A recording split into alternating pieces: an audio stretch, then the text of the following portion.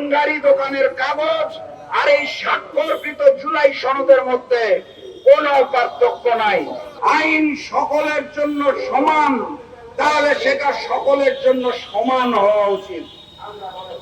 আর্মির সাবেক সেনা কর্মকর্তা যাদের গুম খুনের জন্য বিচার শুরু হয়েছে, তাদেরকে বহন করার জন্য যখন এসি ভ্যান সৃষ্টি করা হয়, তাদের জেল যখন ক্যান্টনমেন্টের ভিতরে বিশেষ ব্যবস্থায় তৈরি করা হয়, আমরা অন্তর্বর্তী সরকারকে স্পষ্ট ভাষায় জানিয়ে দিতে চাই, জুলাই সনদে স্বাক্ষর করেছেন, আপনাদের ধন্যবাদ, কিন্তু এই সনদের কাগজের কোনো আইনগত ভিত্তি নাই।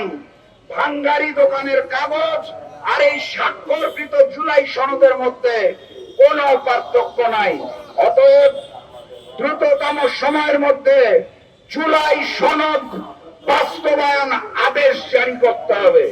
সেই আদেশের ভিত্তিতে গণভোটের আয়োজন করতে হবে। যেই গণভোট জাতীয় নির্বাচনের দিন সম্ভব নয়, প্রতীক নির্ভর, মার্কা নির্ভর জাতীয় নির্বাচনের দিন প্রশ্ন নির্ভর গণভোট গৌণ হয়ে যাবে। আমরা জুলাইকে অপমান করতে চাই না। গণভোট নভেম্বর মাসের মধ্যে আয়োজনের ব্যবস্থা করুন।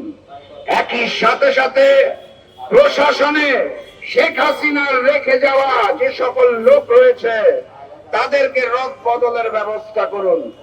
একটি বিশেষ দলকে প্রাধান্য দেওয়ার জন্য যারা মনে করছে ক্ষমতায় চলে এসেছে, তাদের যে সকল লোককে নিয়োগ দিয়েছেন প্রশাসনে, তাদের রদ বদলের ব্যবস্থা করুন। লেভেল প্লেইং ফিল্ড না হলে ওই আগের মতোই ভারত থেকে সিদ্ধান্ত হবে বাংলার মাটিতে জাতীয় নির্বাচনে হিন্দুস্তানের আধিপত্যবাদ, হিন্দুস্তানের আগ্রাসন চলবে না। আমরা আর মেনে নেব না ইনশাআল্লাহ। অতএব লেভেল প্লেইং ফিল্ড সৃষ্টি করে জাতীয় নির্বাচনের ব্যবস্থা করতে হবে। তার পূর্বে নভেম্বরে গণভোটের আয়োজন করতে হবে। আইন সকলের জন্য সমান, তাহলে সেটা সকলের জন্য সমান হওয়া উচিত। আর্মির সাবেক সেনা কর্মকর্তা যাদের গুম খুনের জন্য বিচার শুরু হয়েছে, তাদেরকে বহন করার জন্য যখন এসি ভ্যান সৃষ্টি করা হয়, তাদের জেল যখন ক্যান্টনমেন্টের ভিতরে বিশেষ ব্যবস্থায় তৈরি করা হয়, তখন আমরা স্পষ্ট ভাষায় বলতে চাই, গুম খুনের জন্য যদি ফ্যাসিস্ট শেখ হাসিনা দায়ী থাকে, যদি আওয়ামী লীগ দায়ী থাকে, যদি জাতীয় পার্টির 14 দল দায়ী থাকে, যদি ছাত্রলীগ যুবলীগ দায়ী থাকে, তাহলে প্রশাসনের এই সাবেক সেনা সদস্যরাও ছিলেন। তারা কেন এই এসি গাড়িতে করে যাতায়াত করেন? তাদের জন্য ক্যান্টনমেন্টের ভিতরে কেন স্পেশাল সেল তৈরি করা হয়? আমার 2000 ভাই বোন যখন শহীদ হয়েছে, তার বিচার যখন চলছে, গুম খুনের বিচার যখন চলছে, সন্ত্রাসীদের জন্য স্পেশাল ব্যবস্থা আমরা মেনে নেব না।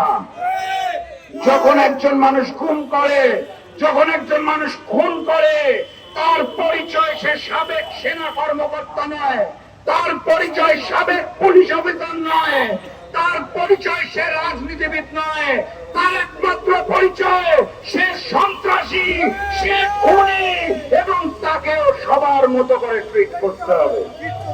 সেনা কর্মকর্তা দেখে সিগারি, আর এই রোদের মধ্যে দাঁড়িয়ে প্রতিবাদ করব আমরা, গুলি খাবো আমরা। এই বাংলাদেশ, এই বৈষম্য নিয়ে বাংলাদেশ থাকবে না বলেই জুলাইয়ের গণঅভ্যুত্থান হয়েছিল।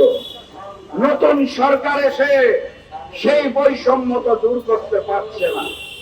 আমরা তো আইনের জায়গায় বৈষম্য দেখতে পাচ্ছি, আইনে তো লেভেল প্লেইং ফিল্ড দেখতে পাচ্ছি না।